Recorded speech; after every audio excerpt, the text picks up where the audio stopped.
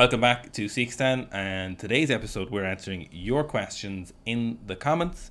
We're back with Bald Omni-Man. Omni-Man? And he's asking, how do you guys feel about SSB or safety squat bar in an S&C program? How do you feel about that, Dara? It's interesting. Obviously, in powerlifting, we've talked about not liking them too much in powerlifting, or very rarely using them for powerlifters. S&C programs, particularly S&C programs of high contact field sports athletes, I think they definitely do have a place. They don't have a place because they're such a better tool. They have a place due to the facilitative nature of the safety squat bar, right? So there's certain aspects to larger, chunkier males in particular that usually their shoulders and rack positions aren't great. So that usually dictates they can't really front squat very well. If they front squat, they'll go with like a crossover grip, or they'll use straps in the front squat. But even in a lot of cases where you have somebody carrying a lot of mass or a lot of tissue on the upper body, their high bar rack position tends to be quite poor. So they'll really have kicked back wrists.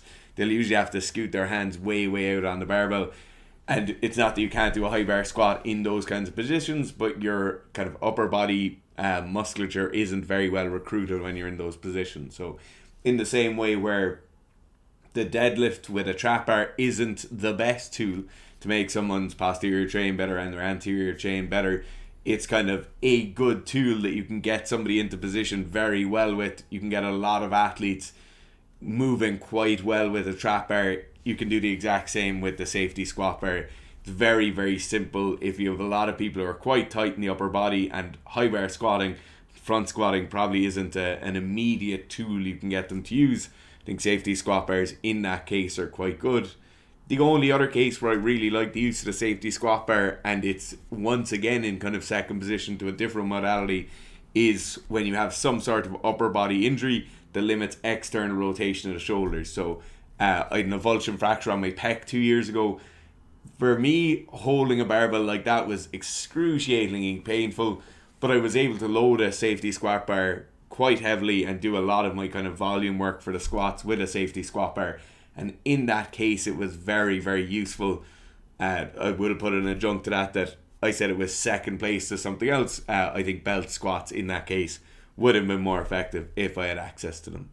So there, I think, touched on the prime reason we don't really use safety squat bar unless we have to, is because in reality what the safety squat bar is usually used for is people who can't do a high bar or front squat. So a high bar back squat or a regular front squat, it's not really a better option. It's just a device people use when they can't do it, whether through injury or more than likely through poor mechanics and inability to access the correct mobility for doing a productive high bar squat, or like Dara said, a productive front squat. So you might say, why would you be doing a high bar squat in general? You'd be looking for knee extension or direct quad work with a more upright torso. So in that case, you will actually see that a little bit better in people who come from a low bar setting or particularly tight upper body.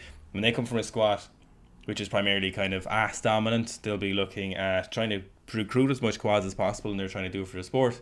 So they'll try a high bar squat, won't be able to do it very productively. They'll end up in positions that are not very productive. We might see that kind of 2 fingers on the barbell. We might see hands out on the collars. So they'll go, oh, when I get my hands out here, I hold the safety squat bar and I can stay more upright. The problem with that is we generally don't seem to see people with very productive positions, because you see a lot of opening of the upper back muscles. So we see a lot of exposing of the upper back muscles when we hold it like this. So it's a lot less productive than pinching your shoulders blades together and keep your elbows in a rigid position behind the barbell, which keeps it a lot nicer, more upright position for the safety or for the regular squat. So we do see a slight issue with that. That's not a major one, and it can be corrected, but it does kind of limit things. So like Dara said, if you're looking for a more productive way of addressing quads directly, so knee extensors, definitely go straight for that belt squat. The belt squat is something we've talked about for years, being far more productive for direct quad stimulus, even almost to a certain extent the high bar squat. If you're doing high bar and you were doing belt squats, you've pretty much every lower body work you could possibly looking to cover for your main squat, for example, even for your high bar as it was, or if you're looking for your on pitch stuff. Belt squats are so productive. The only problem with belt squats is that as inaccessible as safety squat bars are, they're very common in gyms at the moment.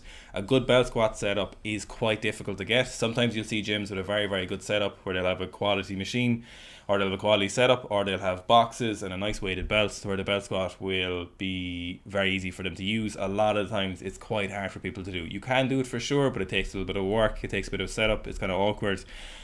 So in that scenario, I would kind of skip the safety squat bar and go straight for the belt squat if you're looking for better or more different quad stimulus. Nice erect and rigid upper back.